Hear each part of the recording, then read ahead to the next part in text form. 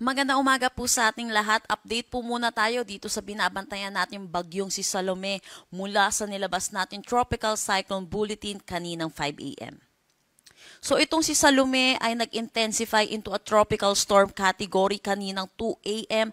at ito'y huling namataan over the coastal waters ng Sabtang, Batanes. May taglay na lakas na hangin na 65 kilometers per hour malapit sa sentro at 90 kilometers per hour na pagbugso. Ang kanyang kilos ay south-southwestward sa bilis na 20 kilometers per hour. Sa ngayon, meron din tayong Intertropical Convergence Zone or ITCZ na nakakaapekto dito sa may Palawan at Mindanao. I-discuss po muna natin yung magiging track netong si Bagyong Salome. So yun po kung makikita natin dito sa ating nilabas na forecast track, lumapit po ito dito sa may Batanes at hindi po ito naglandfall. Yung sentro po niya ay lumapit dito sa may Batanes. At inaasahan din natin, ito ay magwi-weekend into a tropical depression category at ito po ay magko-close approach din or lalapit yung kanyang sentro dito sa may Babuyan Islands ngayong umaga. At over Ilocos Norte naman mamayang tanghali or mamayang hapon. At inaasahan din natin magwo-weekend din ito into a low pressure area bukas bago po ito lumabas ng ating Philippine Area of Responsibility. At inaasahan pa rin po natin bilang low pressure area, posible pa rin naman po ito magdala ng mga pag-ulan, yung kanyang mga kaulapan dito sa may eastern section ng ating bansa. Kaya patuloy po tayo magmo-monitor at tutok po tayo sa updates na nilalabas ng Pag-asa. Dahil po nag-intensify ito into a tropical storm category, ang pinakamataas po nating tinataas ay signal number 2. Signal number 2 tayo dito sa may Batanes. Signal number 1 naman dito sa western portion ng Babuyan Islands, northwestern portion ng Ilocos Norte. Mag-ingat po ang ating mga kababayan dahil po sa mga malalakas na bugso ng hangin.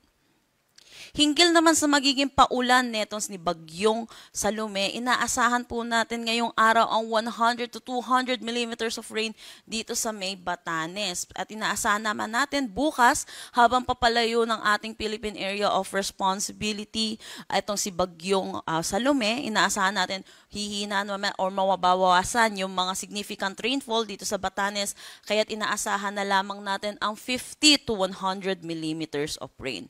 Pero ito po makikita natin, gaya po na sinabi ko kanina, magko-close approach po siya dito sa may Babuyan Islands at Ilocos Norte. Ito po ay nilabas po natin weather advisory. Ito lamang po yung possible na maka-reach po ng 100 to 200 millimeters of rain o kaya 50 to 100 millimeters of rain.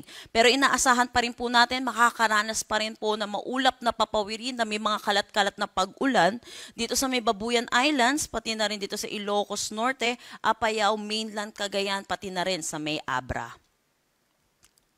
Meron tayong nakataas na gale warning dito sa may Batanes at Babuyan Islands. Kaya pinapaalalahanan po natin yung mga kababayan po natin na delikado po muna pumalaot dito sa coastal waters ng Batanes at Babuyan Islands. Para naman sa magiging panahon natin ngayong araw, inaasahan natin makakaranas ng stormy conditions dito sa Batanes, dulot netong si Bagyong Salome. Rains with gusty winds naman dito sa may Babuyan Islands at Ilocos Norte. Inaasahan naman natin ang maulap na papawirin na may mga kalat-kalat na pag-ulan dito sa may Apayao, Mainland, Cagayan, pati na rin dito sa may Abra. Para naman sa Metro Manila at nalalabing bahagi ng Luzon, inaasahan po natin magiging maaliwalas ang ating panahon, pero asahan din natin yung init at alinsangan lalo na sa tanghali hanggang hapon na may mga tsansa po ng panandali ang buhos ng pag-ulan lalo na sa hapon at sa gabi, dulot po ito ng mga localized thunderstorm. So kung ngayon pong araw uulan po dito sa Metro Manila, hindi po ito dulot netong ni Bagyong Salome. Dulot po ito ng mga localized thunderstorm. Kaya ugaliin po natin i-check yung mga nilalabas ng ating mga local PRSD hinggil sa mga thunderstorm advisory. Agwat ng temperatura for Lawag 25 to 29 degrees Celsius, Tuguegarao 25 to 31 degrees Celsius. For Baguio 18 to 23 degrees Celsius, Metro Manila 25 to 32 degrees Celsius, Legazpi 25 to 33 at Tagaytay 23 to 30 degrees Celsius. Para naman dito sa may Palawan at Mindanao, kasama na rin ang Negros Island region. Inaasahan natin dulot ng Intertropical Convergence Zone or ITCZ, makakaranas sila ng maulap na papawiri na may mga kalat-kalat na pag-ulan. Sa nalalabing bahagi naman dito ng Visayas, inaasahan naman natin magiging maaliwalas naman ang kanilang panahon, pero asahan din natin yung mga pagbuhos ng pag-ulan lalo na sa hapon at sa gabi dulot ng mga localized thunderstorm. Agwat ng temperatura for Calayan Islands at Puerto Princesa, 26 to 30 degrees Celsius. Dito sa Iloilo, 26 to 32 degrees Celsius. Tacloban, 26 to 31 degrees Celsius. Para sa Cebu, 27 to 32 degrees Celsius. Cagayan de Oro, 24 to 30 degrees Celsius. Zamboanga, 25 to 32 degrees Celsius. At Davao, 26 to 33 degrees Celsius. At yan po muna ang latest nating update dito sa bagyong si Salumin. Next update natin ay mamayang 8 a.m.